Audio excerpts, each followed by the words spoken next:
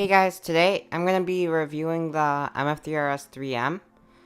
This one I actually tried to treat it with graphite. As you can see, it's like gray inside. It worked kind of well, but I think some of the graphite kind of got in the mechanism. But it's still pretty good. It's like pretty soft and smooth. The turning is really nice. For a lot of people, they might think it's too slow. But I actually really like it because I prefer a more controllable puzzle because I have a rougher turning style. Something like the Huanglong is like way too fast for me, and I can't control it very well. But I think that this is like a really good puzzle, especially for $10 for non-magnetic and $15 for magnetic. It's the same price as the MGC. This might be a little bit slower than the MGC, but I prefer it. So corner cutting is also pretty good.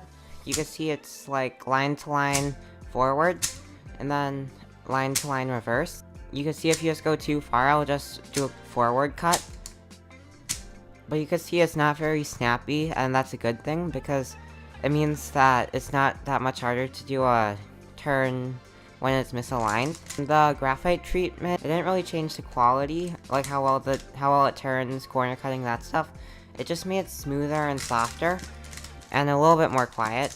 The original was way too loud even after a ton of lubrication. So this may sound loud, but it's actually pretty quiet.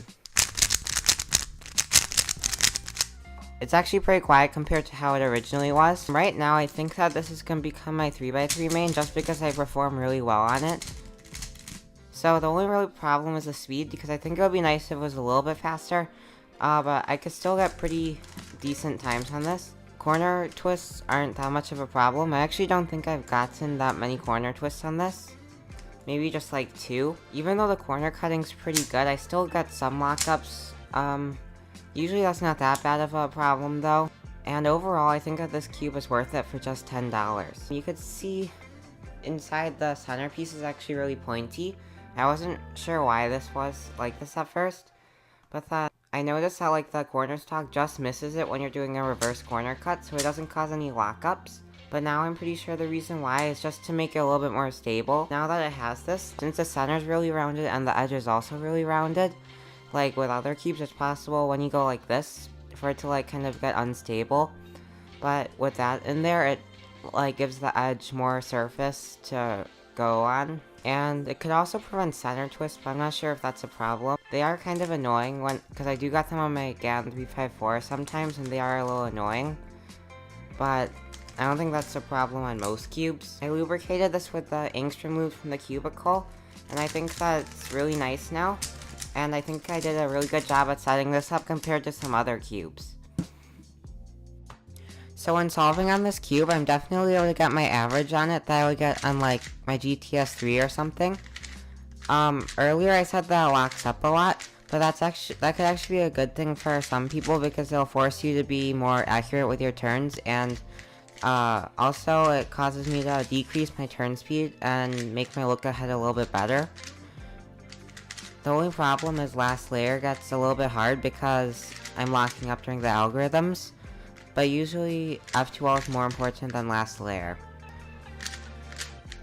On this I got more sub 10 solves than any cube, which is still not that much, but it's like right after getting it and lubricating it, I was able to get like 5 and like an average of 100 or something, and before that I only had like 5 total. This is definitely a good cube. But overall, I'd really recommend this cube if you're looking for another cube, as long as you don't mind the slower speed than some other flagships out there.